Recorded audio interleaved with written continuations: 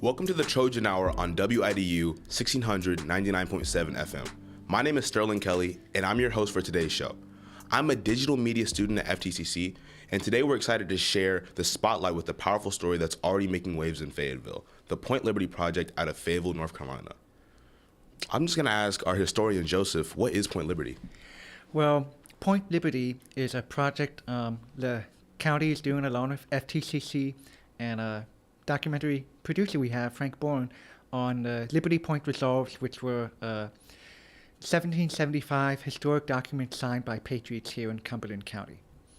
For instance, if you've ever been on Person Street, close to the market house before you get to the courthouse, on the left-hand side by the intersection of Bow Street, there's a little monument which says, commemorating the signers of a declaration, and that is Liberty Point Resolves. Very interesting, very interesting. That was just the voice of Joseph Westendorf. Joseph Westendorf is the local and state history department manager for the Cumberland County Public Library in Cumberland County, obviously. North Carolina is where he has worked for over 4 years, and he is fascinated by all periods of history, but especially American military history. He's currently guiding this department through an America 250 NC grant, where they are in the process of publishing a book on the Cumberland County Association and its signers, along with related research on the American Revolution in Cumberland County. He's working on this with documentary film producer Frank Bourne. Can you tell us a little bit how you got involved with this project? Sure. I arrived in Cumberland County, Fayetteville, North Carolina, about 4 months ago.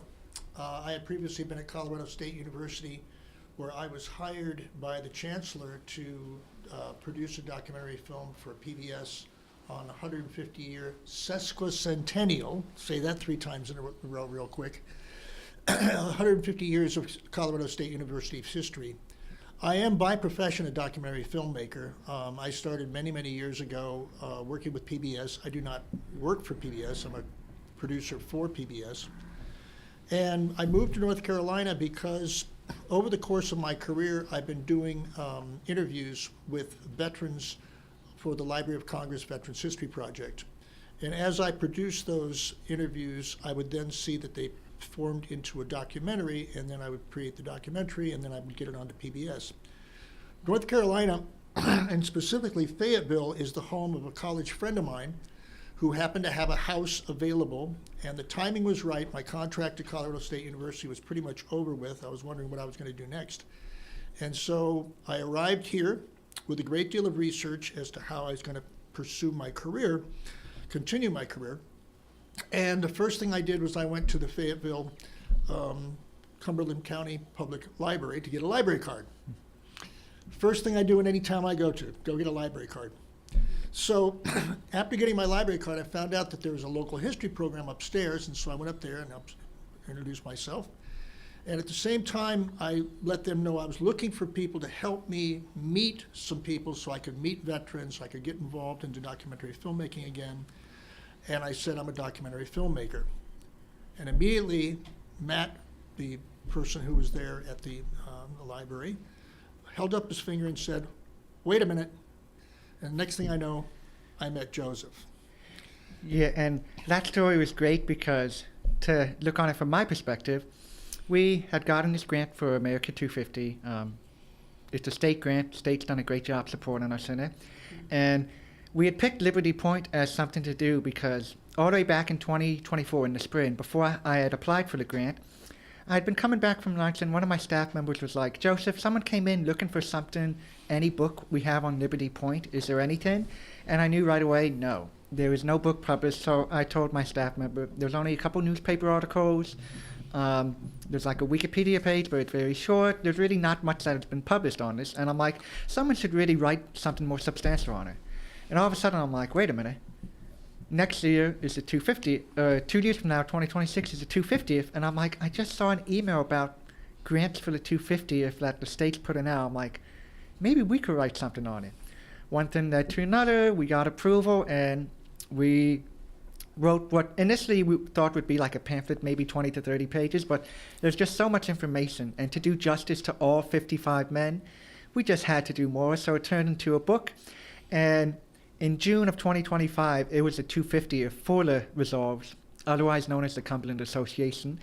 And there was a little event held downtown on First Presbyterian Church's lawn. It was run by the Sons of the American Revolution local chapter in town, and also the Daughters of American Revolution. And there were two county commissioners there at the event speaking, Commissioner Glenn Adams and also Chairman Kirk Devier. And after the event, Commissioner Devier started to talk to one of my staff members, and he was like, you all should maybe do a documentary on this. So my staff member came back and told that to me, and I'm like, well, I don't know if that's really feasible, but since Commissioner asked, I'm just going to reach out to FTCC and see, could we do anything relating to a video? And FTCC was like, well, maybe we could do a short little reenactment next year. And I'm like, okay, but we agreed documentary, not really something we have the capability or the experience to do. And then bam, in walked in Frank. My staff member got me, and I'm like, PBS documentarian? That's what we need. So awesome. So you guys actually got involved with FTCC shortly after this. I'm actually here with Jasmine Legal, who is going to be working on this project along with me and a few other students, as this is a student-led project mainly. Can you tell us about the students that will be working on this? How many? So it'll be around 7 students working on this program. So we have the Point Liberty project for the Fayetteville FTC program. So I'll be working on text graphics. So all the graphics that you see, that'll be in the documentaries and stuff like that.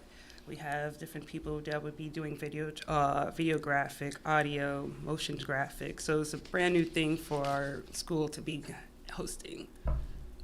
That's actually that's pretty cool. I didn't know that FTCC had that many broad talent and just ability, but I'm really confident in this project. How do you feel about this student-led project, Frank? Is it your first? Is it? Well, actually, once again, as Joseph pointed out, this thing sort of just happened. My experience as a filmmaker began working with professional. I had never done a documentary film before, but I was able to work with an Academy Award-nominated documentary filmmaker back in the year 2000. And that led me to Grand Valley State University in Michigan, where they had a film and video program. And so I started working with students at that point. At that point, I also recognized that there was a value in having a professional working with a group of students who had the knowledge but did not really know how to put the whole project together. And that's what a producer does. I don't know how to use a camera. I don't know how to use editing. I don't know any of those technical skills, and it would take me years to be able to even catch up to where the technology is today. So the value the producer has is he's able to find people that do those things and loves to do those things and get them to all work together.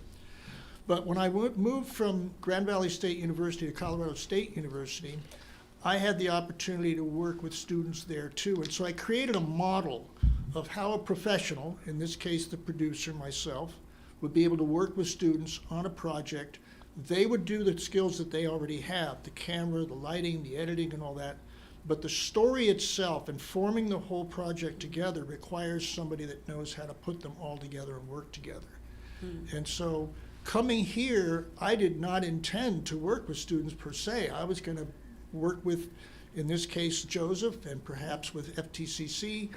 But then when this opportunity came to work with students, well, I've already done that before. So working with students in the past, how does that usually go, and how do you think it'll go here in a more community college, small town type of feel with this with this project very personal to us in our community? Well, I've fallen in love with North Carolina for one thing, and I really feel very much at home here.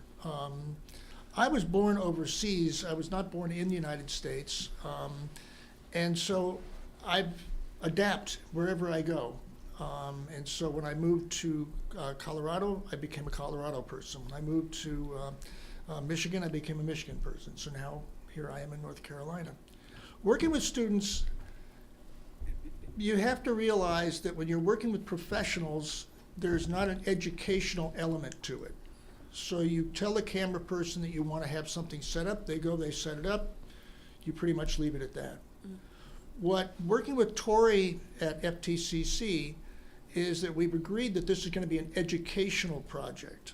So instead of just having each of the individual students do what they're supposed to do as camera, editing, etc., it'll actually be a classroom experience without the classroom.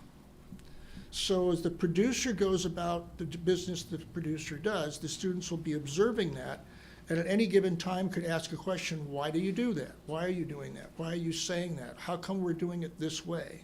Whereas if I work with professionals, I basically say, camera goes there, this person does that, and away we go. So I'm really anticipating, especially after meeting all of you, that this is going to be a very exciting experience for all of us. Same. Yes, it does sound extremely exciting. Another question for Joseph: how do you think that this documentary will make Fayetteville citizens more conscious of their history? How do you think it'll change how they move day to day, maybe with local government? How do you think that will affect it? I think it'll help them realize the significance of our local history. For instance, I can't tell you the number of times I've asked people like who I was just meeting, like, hey, have you know about the Liberty Point Resolves or the monument downtown? And they're like, no. They get kind of a glazed eyes look, and they're like, no. And I'm like, we need to fix that. I even had an intern a couple months ago who on her first day, she knew nothing about it. And I'm like, you know what? Why don't we walk there right now and I'll show it to you, since it's right down the street from the headquarters library. And I think it's important, like, people put time and money into that monument twice because they've had to add names to the back of the monument, since they had actually even forgotten about some of the names of the signers.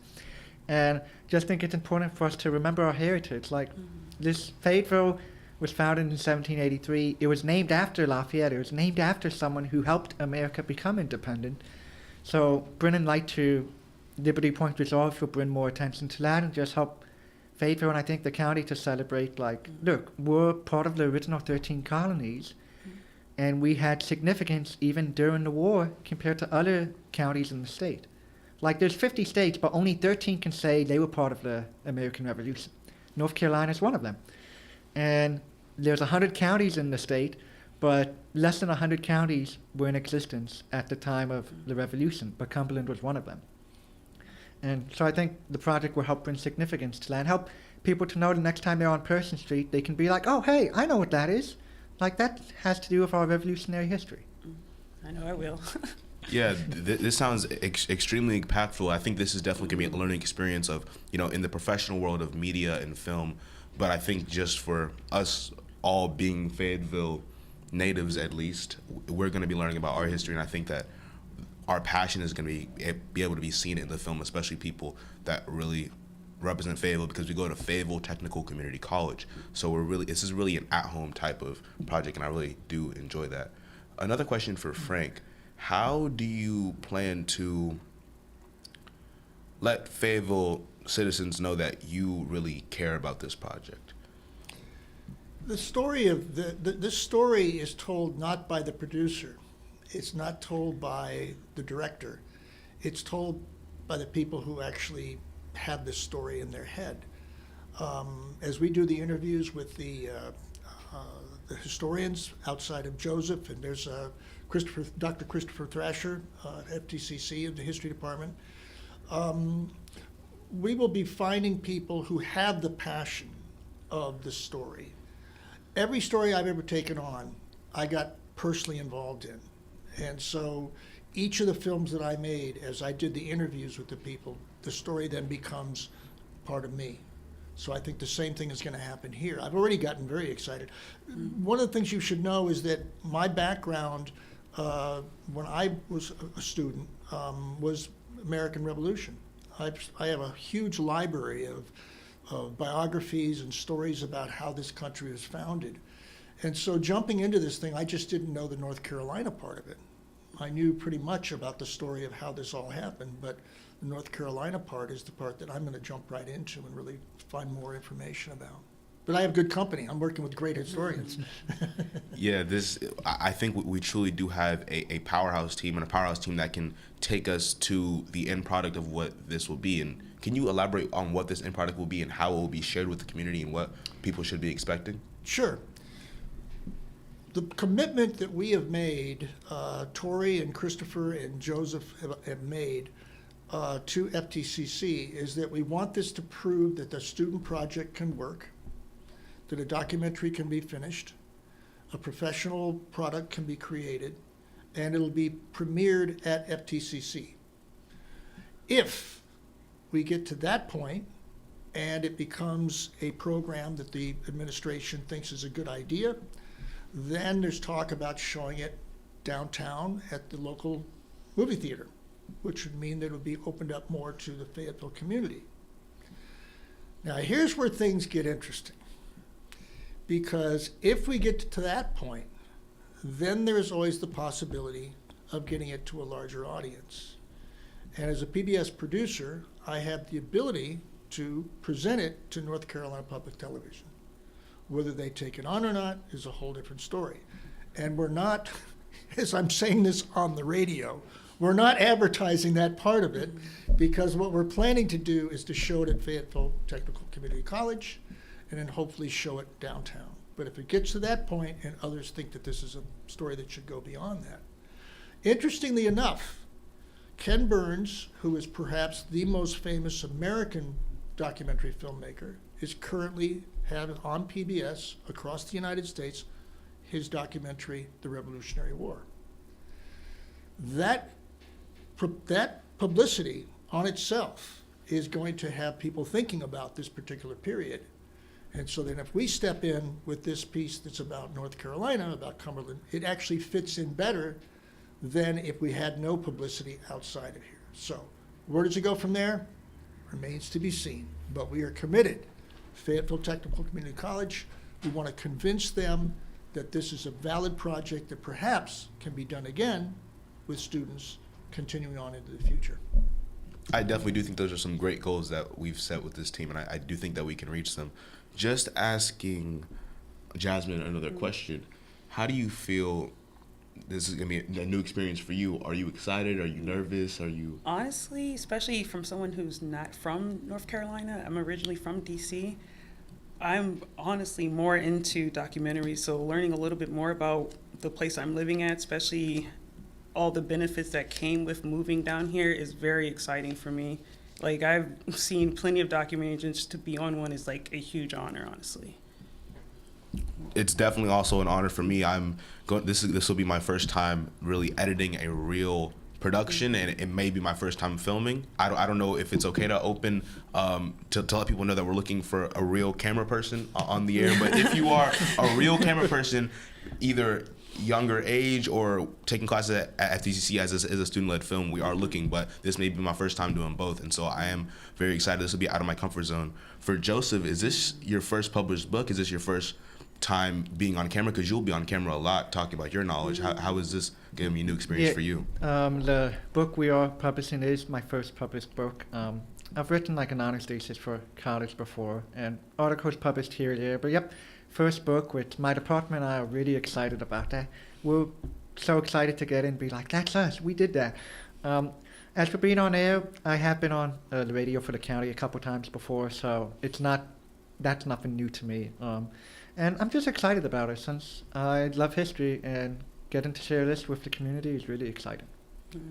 Yeah, I think this is going to feed the community very well, our minds and our spirits. I think that Fayetteville can often get a bad rep. We can talk about, maybe it's a little bit boring, but we can really talk about how interesting Fayetteville is in its history, and if the history is interesting, then the future can also be interesting. I agree. Yeah. Do you have anything more to say about that? No, honestly, like I said, like just coming from another state and then into Fayetteville, it's like, honestly, if you came from the north area, you would kind of know the difference. Like Fayetteville, it has a lot more opportunities down here, and just for me, I'm a mother. I just became a mother 4 years ago, and just getting back on my feet, Fayetteville Tech has really helped me. I'm right here on the radio station. Yeah, well, it's definitely and especially being a mother, I think this is going to be good for the younger generation, because I feel like in Fayetteville we can hear a lot about the history of other places, but I think this is going to get the morale up. This can give us more pride in the city that we come from and talk about its historical significance. Sterling, I have a question for Joseph. This is one that, as a producer, my job is to make sure that this program is seen and is able to be watched and listened to. The question being, why is it interesting? What is it about this particular story that's unique to North Carolina and unique to Cumberland County? Yeah, well, that could be answered in a couple ways. One big way I would say it's unique is the number of signers. There were petitions that a lot of areas did relating to the revolution, and there were others done in North Carolina around the same time. Cumberland had 55 signers.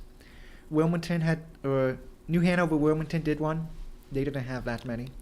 Other areas did it, but they just didn't have the buy-in from certain members the way Cumberland did. So that's significant. Okay, very, very, very interesting. I am going to put us on a short break. We're going to take a short break. When we return, we will continue to dive into the Point Liberty Project with FTCC students. We'll be right back.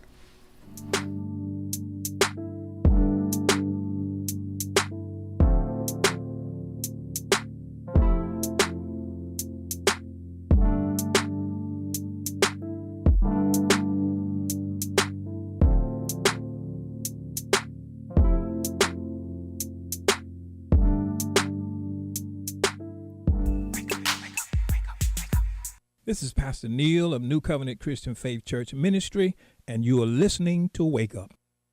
This weekend could feature a wintry mess. Models have begun to hint at an influx of moisture leading to a strung-out storm across much of the southeast. This will likely bring another round of rain, snow, and ice. President Trump's first U.S. ambassador to NATO from his first term is supporting the president's efforts to have a greater military presence in Greenland to counter China and Russia in the Arctic. But Kay Bailey Hutchinson, appearing on CBS Mornings, believes Mr. Trump is willing to negotiate. Decades-long tradition honoring Dr. Martin Luther King Jr. continued in Rocky Mount with the 38th annual Unity Breakfast. Governor Josh Stein spoke at the gathering. On Monday, there were long lines at Asheville Regional Airport due to the Transportation Security Administration, quote, experiencing equipment issues. And Indiana wins a national championship in football. Mike Rayleigh, NCI News. I'm Jamie Monticelli, WIDU Radio News. The Fayetteville Police Department Homicide Unit is looking for the public's help in information into the shooting death of 28-year-old Tavon Adams of Fayetteville. This occurred on July 7th of 2025 at about 2 in the morning in the 400 block of Slim Circle. A gray 2007 Ford Focus with a clear coat on the roof that appears to be fading with no hubcaps, dark tinted windows, and a gas tank cover missing was in the area during the time of the homicide. Detectives are looking for the public's help for any information on the vehicle, its occupants, and the shooting death of Tavon Adams. The Cumberland County Sheriff's Office says join the North Carolina Department of Justice Consumer Protection Division for Consumer Confidence 101, your guide to home buying. Learn how to avoid common pitfalls in the home buying process and connect with local resources like North Carolina Real Estate Commission, Legal Aid of North Carolina, the State Employees Credit Union, and more. It is January 27th, noon until 1:30 p.m. From WIDU Radio. A very cold start to your Tuesday morning. Temperatures upper teens and lower 20s as we get ready to get things going. Heading into the afternoon, it's mostly sunny and dry. Temperatures about 40 to 45 degrees. Overnight, still very cold, upper teens as we head into first thing Wednesday morning. Not quite as cold by the afternoon, mostly sunny to partly cloudy, and high temperatures around 45 to 50 degrees. For the North Carolina News Network, I'm meteorologist Chris Michaels in the Weather Center. Bless the Lord. I'm Dr. Ann T. Newell, pastor of the Soul Harvest Apostolic Church, the church not just there in the community, but there for the community of Spring Lake, North Carolina. We're looking for more than a few good men and women to join the team. Iron sharpeneth iron. We may have what you need. You may have what we need. Catch the vision. Join the team. Join Wake Up. No matter your struggle, you are not alone. The 988 Suicide and Crisis Lifeline is free, private, and always available. If you feel lonely, isolated, anxious, or overwhelmed, help is here all day and night.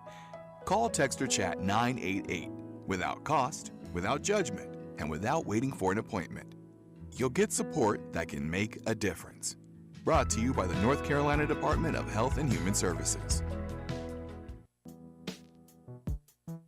Are you tired of living with back pain, neck pain, or constant tension? At Grace Creek Chiropractic and Wellness Center, Dr. Joyce Smith-Jones and her caring team are here to help you feel your best. We're committed to providing personalized chiropractic solutions for your unique needs, from headaches to muscle tightness and beyond. Visit us at 5106 North Carolina Highway 87 South, Suite 104, Fayetteville, or call 910-703-3386, 910-703-3386 to schedule your appointment today. Grace Creek Chiropractic and Wellness Center, helping you move better, feel better, and live better. This is Sarah Alford, and I am the pastor of Joy Fellowship Outreach Ministry located at 18336 Highway 87 West, Tar Heel, North Carolina. And I am excited to be a part of Wake Up.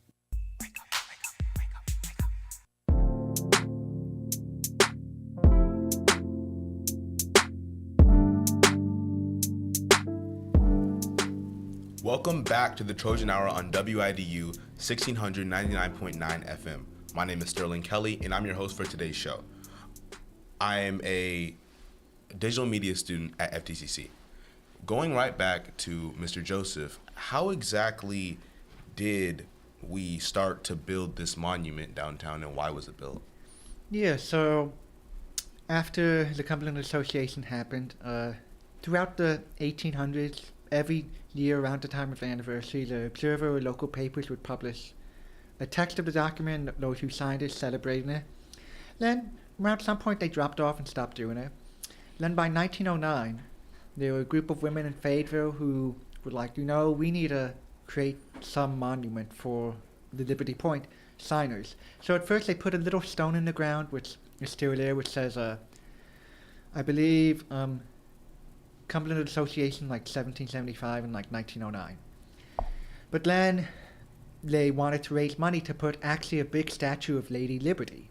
Lady Liberty, or Lady Columbia, famous symbol of American freedom.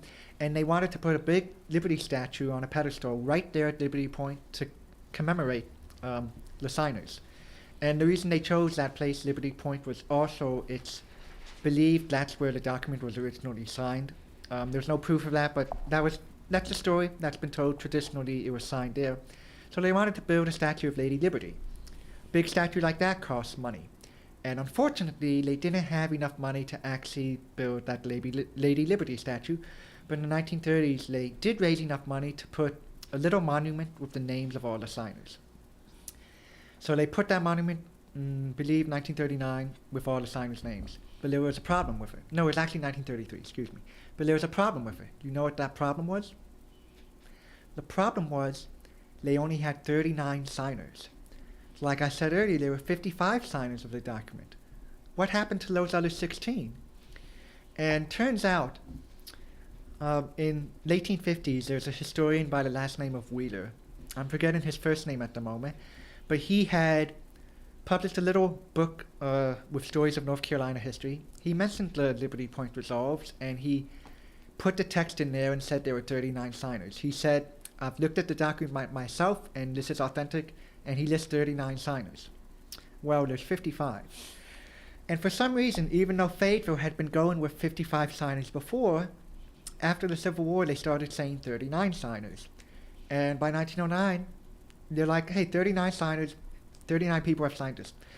And even in 1951, they still thought 39 people had signed it. John Oates, who wrote the story of Fayetteville and the Upper Cape Fear, which is even today still probably the biggest and most well-known text on Fayetteville history, he says there were only 39 signers.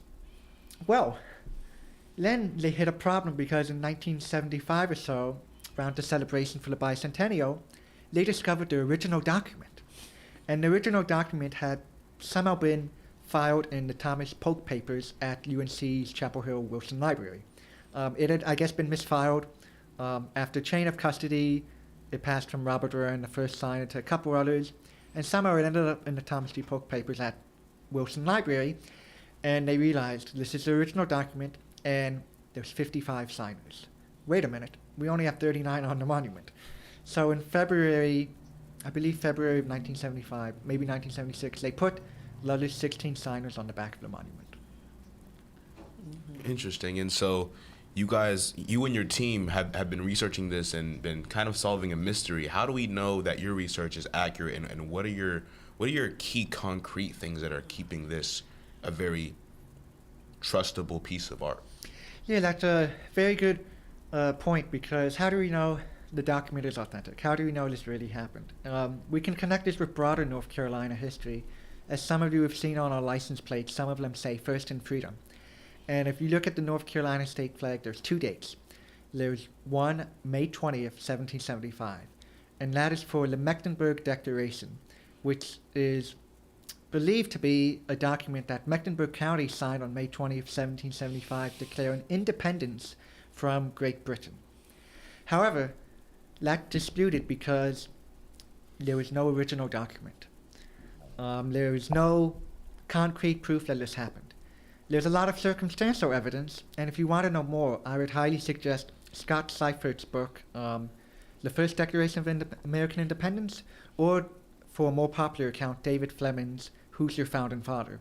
Both of them take the side that the Mecklenburg Declaration probably did happen, just because there is a lot of circumstantial evidence.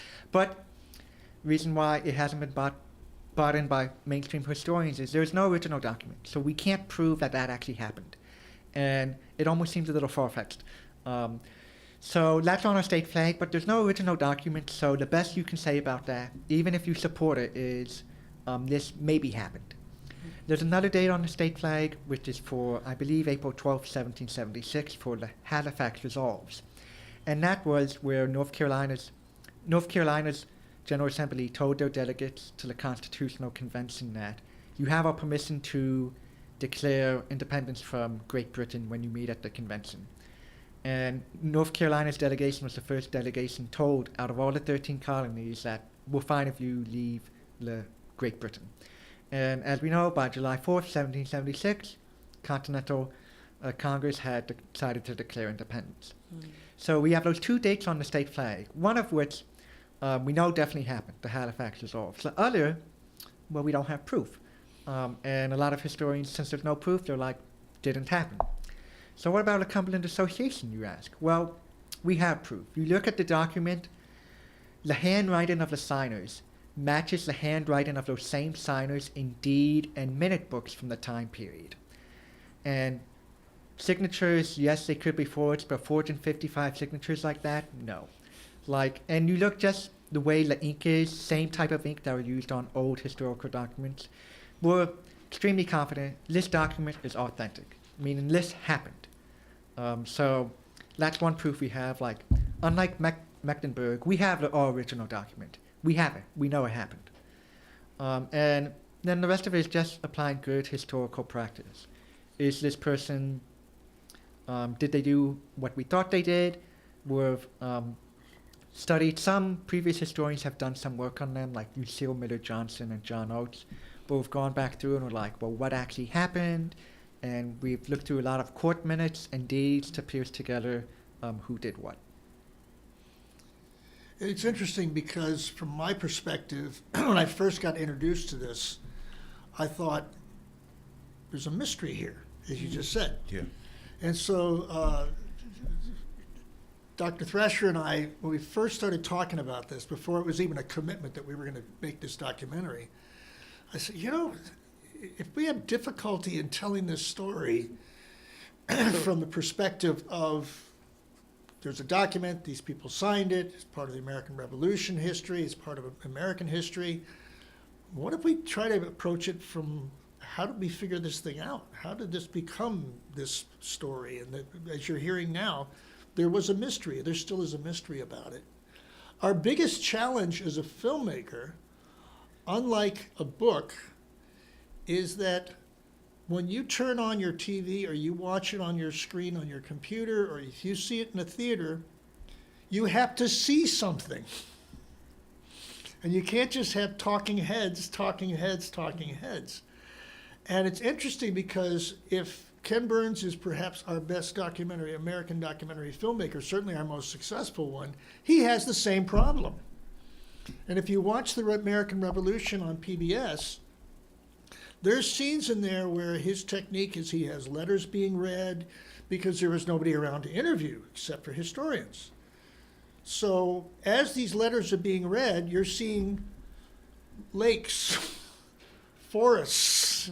There's all this B-roll put in there to kind of move the story along.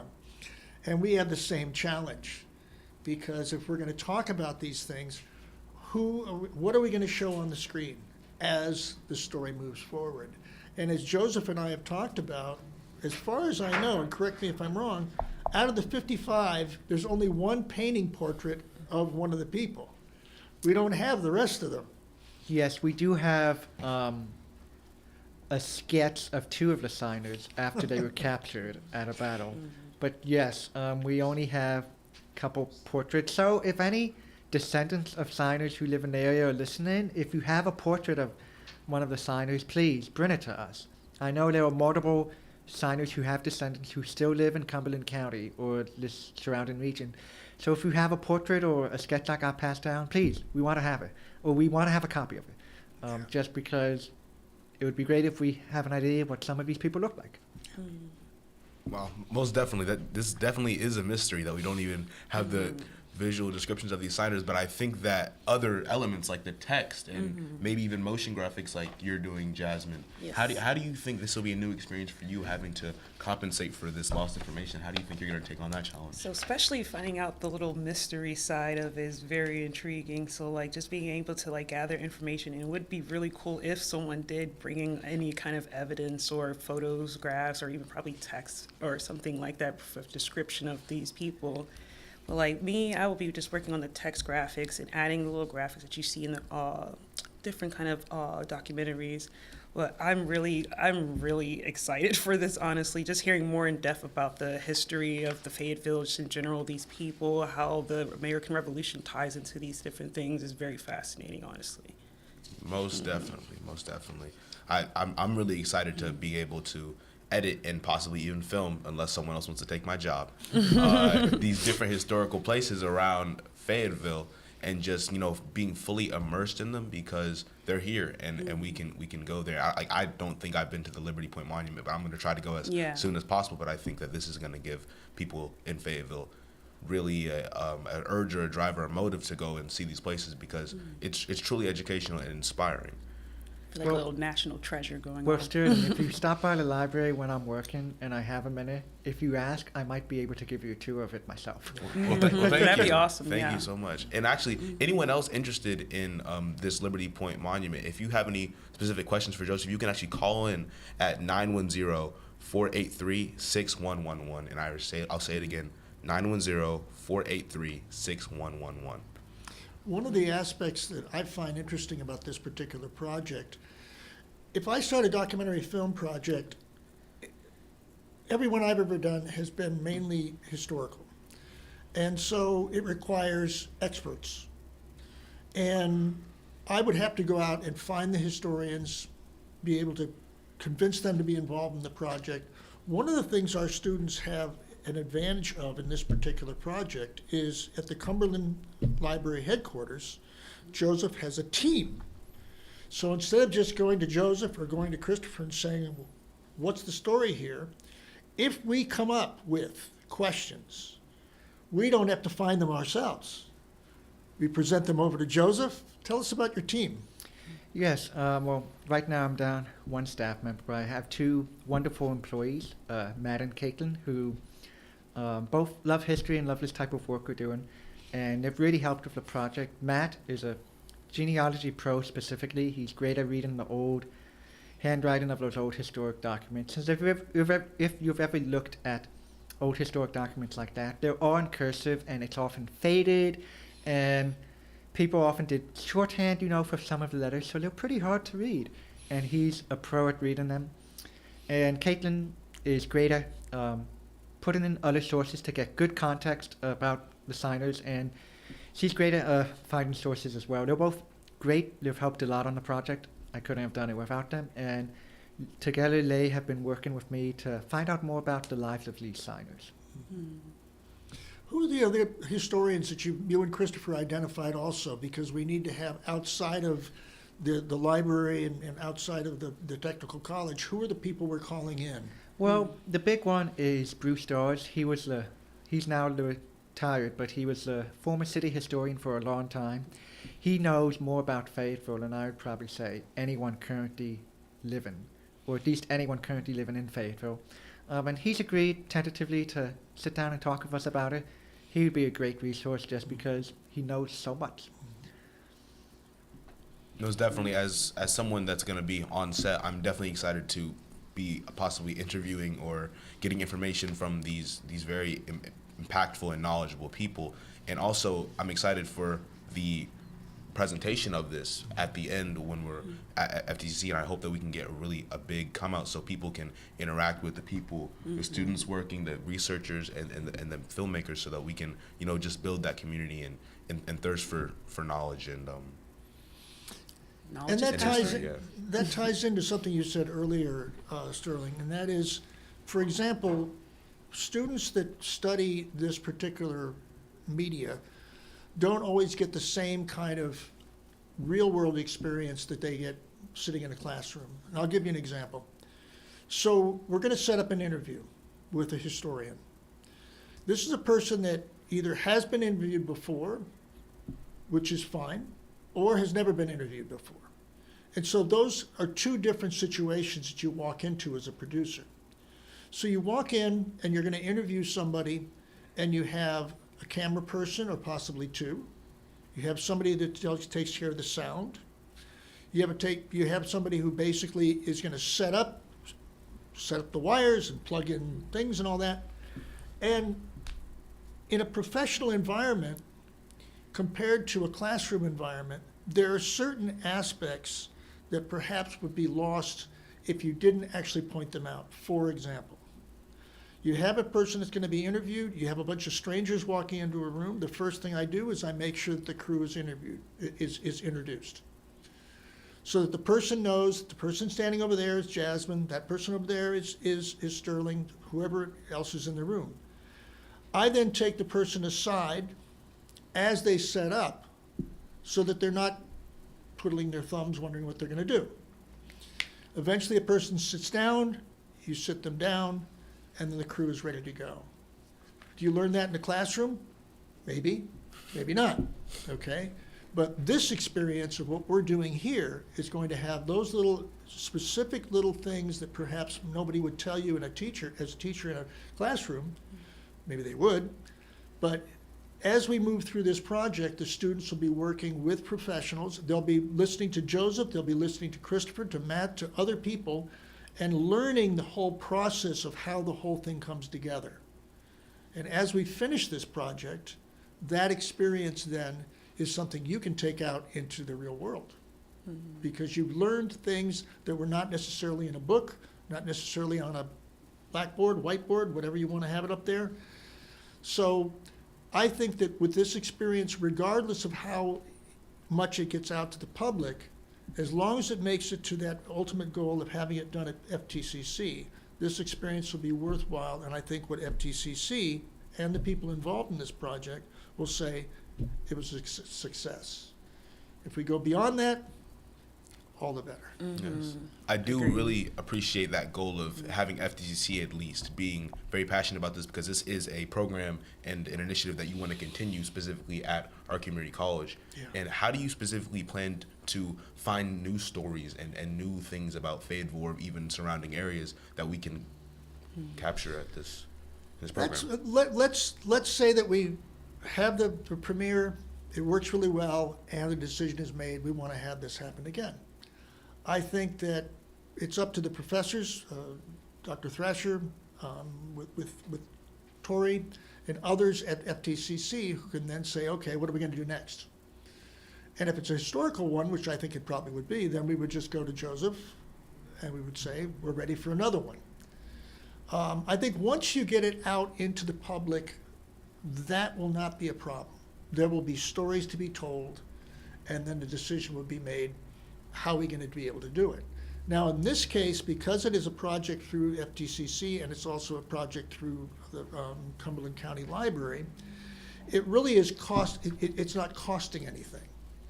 And so if we move on to the next stage, then you move into what what a producer has to do, and that is, how do you raise the money to make it happen again?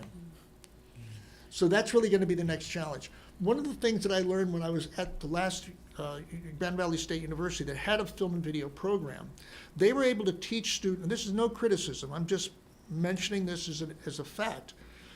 The professors were able to teach camera, they were able to teach editing, they were able to teach script writing. I taught script writing there.